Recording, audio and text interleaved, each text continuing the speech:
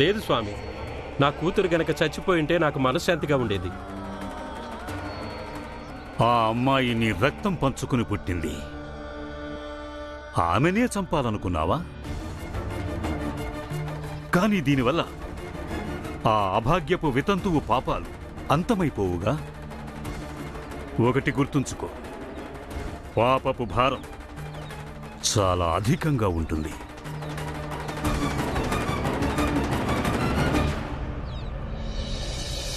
ఒకవేళ మరణించటానికి ముందు మనిషి తన పాపాలకి ప్రాయశ్చిత్తం చేసుకోకపోతే ఆ మనిషి ఆత్మ ఆ పాపాల్ని మోస్తూనే ఉంటుంది. దాని ప్రభావం వాళ్ళ రక్త సంబంధీకుల మీద కూడా పడుతుంది. అందుకని ఆ అభాగ్యురాలైన మీ కుమార్తె ప్రాయశ్చిత్తం చేసుకుని తీరాలి. అలా జరగాలంటే ఆమె బతికి ఉండటం చాలా అవసరం. అందుకే మీరంతా మాతో కలిసి భగవంతుడిని ప్రార్థించండి, రాణి ప్రాణాలతో ఉండాలని.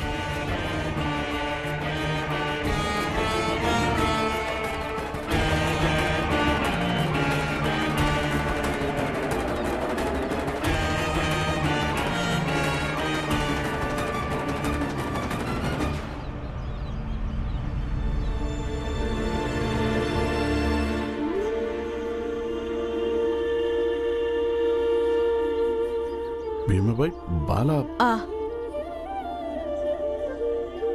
మీరు సరిగ్గానే ఆలోచించారు. బాలా మనసులో రాణి మీద చాలా ప్రేమ పుట్టుకొస్తుంది. కానీ ఇది మంచిది కాదు. నాకు చాలా భయంగా ఉంది. మీకు తెలుసుగా ఈ పెద్ద జాతి వాళ్ళ గురించి. రాణిని బాలాని ఎప్పటికీ ఒకటి అవ్వనివ్వరు వాళ్ళు. నేను వాడికి నచ్చ చెప్పడానికి ప్రయత్నించాను, కానీ మీరు చెప్పి చూడండి వాడు ఏదైతే అనుకుంటున్నాడో దానివల్ల కేవలం సమాజానికే కాదు, ఆ భగవంతుడికి కూడా కంటగింపుగా అవుతాం. వాడికి నచ్చ చెప్పండి. వదిన చెప్పింది నిజమే. అన్నయ్య, ఒకవేళ ఇది నిజమైతే అప్పుడు మనందరికీ చాలా పెద్ద సమస్య అయిపోతుంది.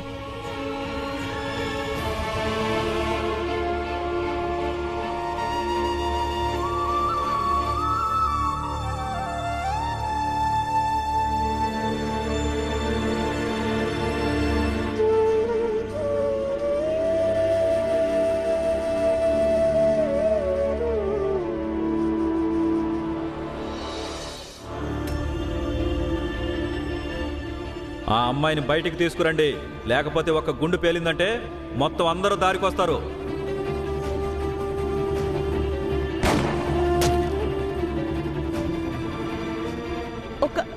ఒక చిన్న జాతి అబ్బాయి ఒక పెద్ద జాతి అమ్మాయిని ప్రేమించడం అనేది భూమి ఇంకా ఆకాశం కలవడం ఎంత అసాధ్యమో అంతకంటే ఎక్కువ అసాధ్యం.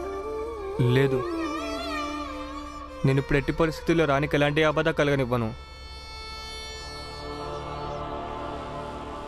ఏం చేస్తావు నువ్వు?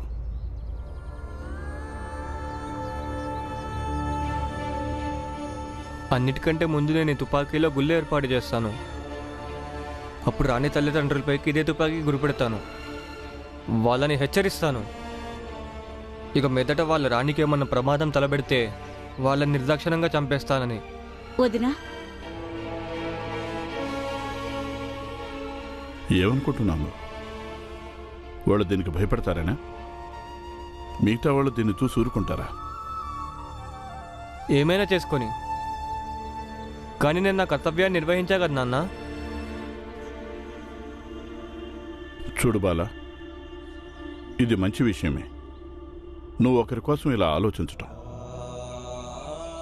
కానీ రాణి ఒక పెద్ద జాతి వితంతు.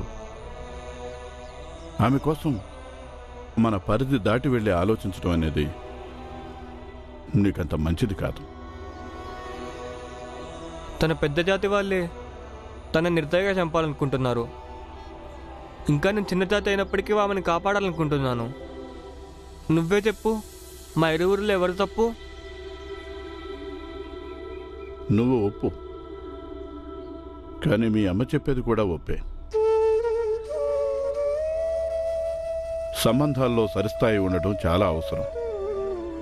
తనకి సాయం చేయడం, తనకి సేవ చేయడం, తన భవిష్యత్తు గురించి ఆలోచించడం తప్పా నాన్న? చూడు బాలా, ఇది ప్రేమ భావన.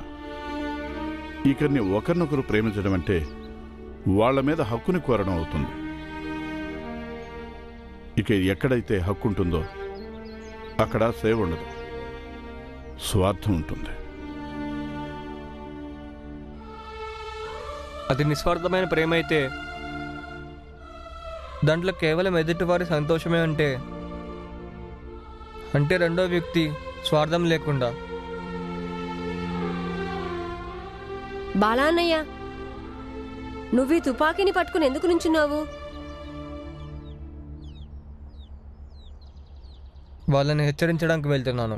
ఇప్పుడు వాళ్ళని హెచ్చరించడానికి వెళ్లే బదులు మనం పోలీస్ అధికారి దగ్గరికి వెళ్ళటం మంచిది. ఎందుకంటే వాళ్ళు ఈ రోజు ఏదైతే చేశారో అది చాలా పెద్ద నేరం. ఇప్పుడు దీని గురించి మనం ఫిర్యాదు చేయలేదనుకో, అప్పుడు వాళ్ళు ఇలాంటి నేరాలు ఇంకా చేయడానికి తెగిస్తారు. భీమ్ సరిగ్గా చెప్పాడు. బాలా, ఈ తుపాకీ నాకివ్వు. దీన్ని నేను పోలీసుల దగ్గరికి తీసుకెళ్తాను.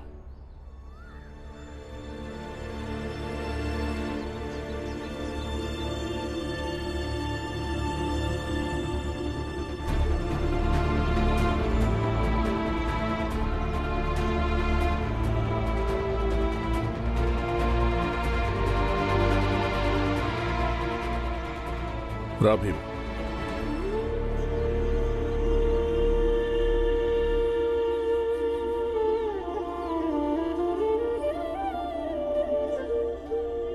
వదినా, వైద్యుడి గారి ఔషధం కోసం కొన్ని మూలికలు తెమ్మన్నారు. నే వెళ్ళి తీసుకొస్తాను.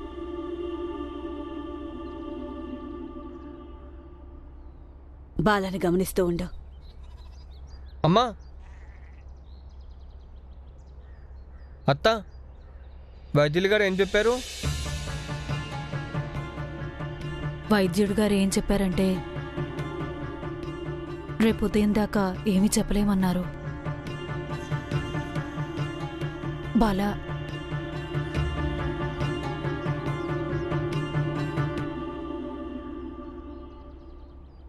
ఈ తుపాకీతోనే ఫైర్ చేశారు. ఎవరికైతే బుల్లెట్ దిగిందో ఆ అమ్మాయి ఇప్పుడు స్పృహలో లేదు. ఆమెను కాల్చిన వ్యక్తి ఎవరో కాదు, అతను ఆ అమ్మాయి సొంత తండ్రి. దానికి మేమే సాక్ష్యం. ఇంకా మాలాంటి వాళ్ళు కొంతమంది కూడా ఈ సంఘటన సాక్షులుగా ఉన్నారు. అమ్మాయి తండ్రి కేవలం తుపాకీ పేల్చాడు, కానీ ప్రేరేపించింది మాత్రం స్వామీజీ. ఆయన ఎప్పుడైతే మా ఊరికొచ్చాడో అప్పటి నుంచి ఊర్లో అందరికీ జాతి ధర్మం అనే పేరు మీద గొడవలు పెడుతున్నాడు. చిన్న జాతి వాళ్ళని జీవించడం దుర్భరం అయిపోయింది. అతను నాతోటి ఇంకా నా పెద్ద కొడుకు బాలాతో కూడా అవమానకరంగా ప్రవర్తించాడు. ఊరంతా తన ఇష్టారాజ్యంగా చేస్తున్నాడు. ఆయనకి వ్యతిరేకంగా మాట్లాడిన వాళ్ళని ప్రశాంతంగా బ్రతకనివ్వడం లేదు. అవును, మా భవ్య అక్కని దేవదాసిగా మార్చడానికి పెద్ద కుట్ర కూడా పన్నాడాయన. ఇప్పుడు ఇంకొక కొత్త నాటకం మొదలుపెట్టాడు. కాస్త శ్రద్ధగా విచారణ జరిపారంటే అప్పుడు స్వామీజీకి విరుద్ధంగా మీకు సాక్ష్యాలు దొరుకుతాయి. ఒకవేళ మీరు స్వామీజీకి భయపడకుండా నీతి నిజాయితీగా పనిచేయగలిగితే, నేను మీకు ఇలా ఎందుకు చెప్తున్నానంటే, సార్ మీకన్నా ముందు ఇక్కడ వేరే అధికారులు ఉండేవాళ్ళు. వాళ్ళు ఎప్పుడూ మమ్మల్ని సర్దుకుపోమనేవాళ్ళు. భీమ్రావ్, రామ్జీ, అధికారుల్లో అధిక శాతం మంది చెడ్డవాళ్ళున్నారు. కానీ అదేవిధంగా చాలా తక్కువ మంది నిజాయితీపరులు, నీతి నియమాలు గల వాళ్ళు కూడా ఉంటారు. ప్రజల్లో నమ్మకం ఇంకా ప్రభుత్వ ప్రతిష్ట ఈ అతి కొద్ది అధికారుల వల్లనే మిగిలి ఉంటుంది. అందుకని నమ్మకం ఉంచండి. సొంత కూతుర్ని కాల్చి చంపబోయిన ఆ దుర్మార్గుణ్ణి పట్టుకుంటాం, ఇంకా వాణ్ణి రెచ్చగొట్టిన స్వామీజీని కూడా. పదండి.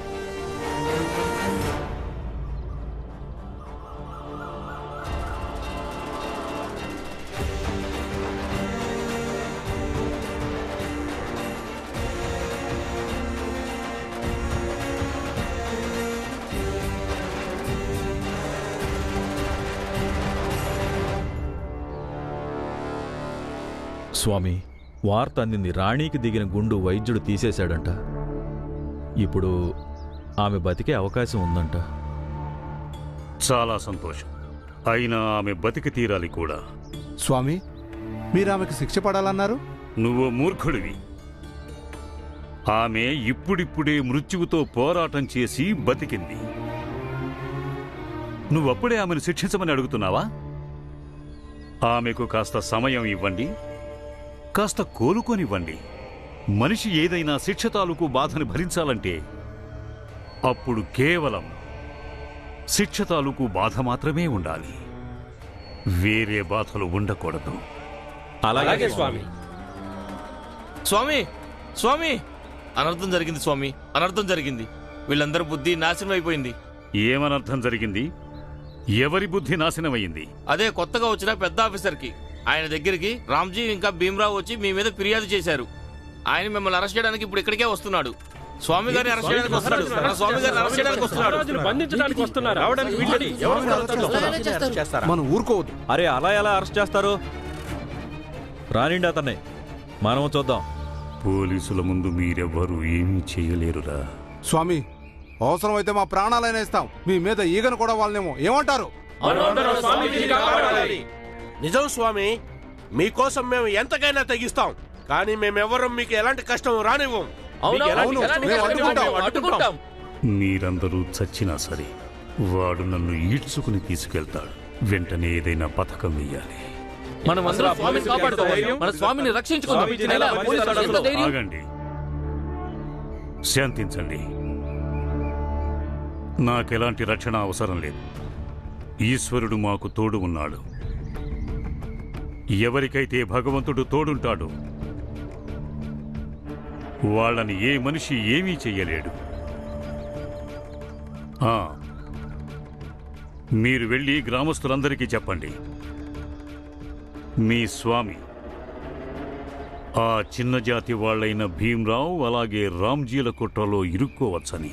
ఇప్పుడు ఇక్కడి నుంచి నన్ను ఎవరైనా బంధించి తీసుకెళ్తే గ్రామస్తులు ఇలా అనుకోవాలి, ఇది స్వామి మీద కాదు, వాళ్ళ ధర్మం మీద కుట్ర జరిగిందని, వాళ్ళ సంప్రదాయాల మీద దాడి జరిగిందని.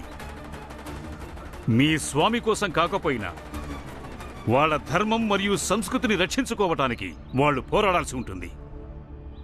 ఒకవేళ అవసరమైతే ప్రాణాలు ఇవ్వమనండి, ప్రాణాలు తీయమనండి. మొత్తం శుభ్రం చేయటం కోసం మొత్తం కాల్చి బూడిద చేసినా తప్పు లేదు. ఇక మీరు వెళ్ళండి. స్వామి, మరి మేమేం చేయాలి? నువ్వు కూడా వెళ్ళు. జనాలకు నువ్వేం చెప్తావంటే, నువ్వు ఏదైతే చేశావో అది ధర్మాన్ని రక్షించటానికి, నీ జాతి మర్యాద కోసం, నీ రక్తం శుద్ధి కోసం చేశానని నువ్విలా చెప్పావంటే జనాల్లో బాగా పౌరుషం వస్తుంది. వెళ్ళండి.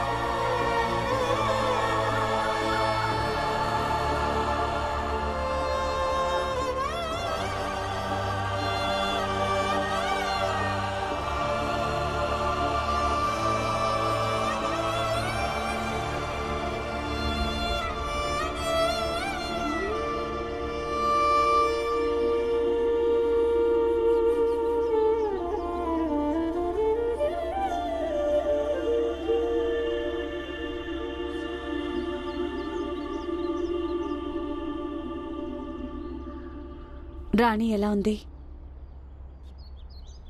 బానే ఉంది.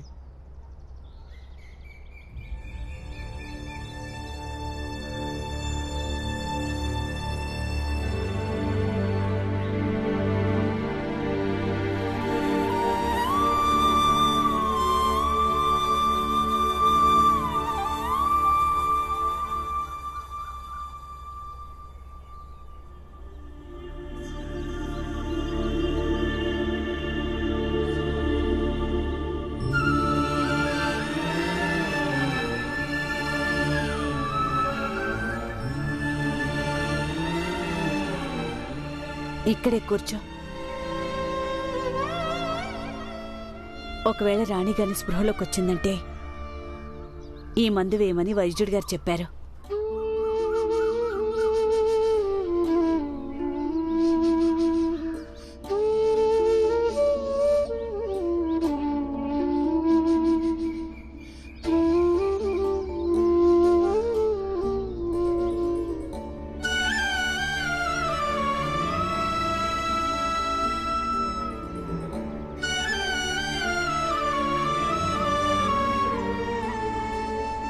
నేను మీ అమ్మనిరా. నీ గురించి నీకన్నా నాకే బాగా తెలుసు.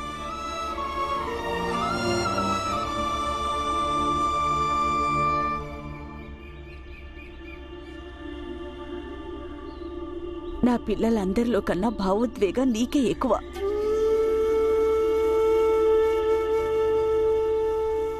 అందుకనే కోపం కూడా ఎక్కువే వస్తుంది, అలక కూడా ఎక్కువే ఉంటుంది.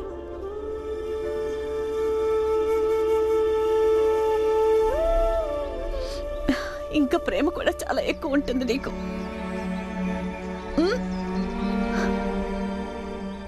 ఈ మనస్తత్వం వల్లే ఏ విషయానికైనా నువ్వు చాలా ఎక్కువగా బాధపడుతుంటావు. ఈ కారణంగానే నిన్ను ఆపుతుంటాను రా.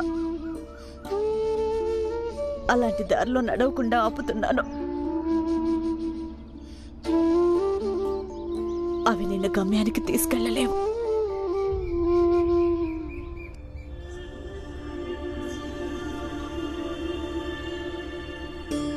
నాకు తెలుసమ్మా, నీ మమకారం తెలుసు, నా జాతి తెలుసు.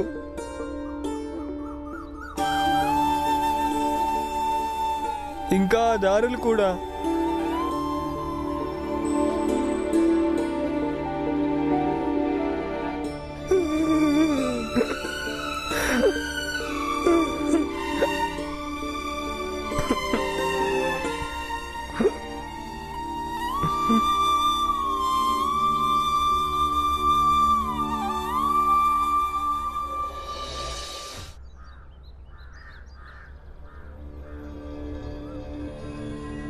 ఇప్పటిదాకా ఎవరూ రాలేదు. ఈ గ్రామస్తులందరూ ఎక్కడ చచ్చారు?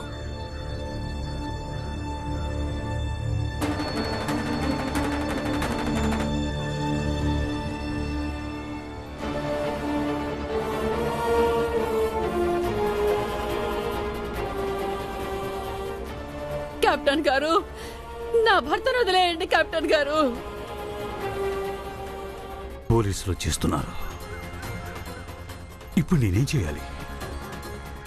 వెంటనే ఏదో ఒకటి చెయ్యాలి. ఈయన తప్పే లేదండి కెప్టెన్ గారు, దయచేసి ఆయన వదిలిపెట్టండి. ఆయన ఏ తప్పు చేయలేదు. కెప్టెన్ గారు, నా మాట వినండి.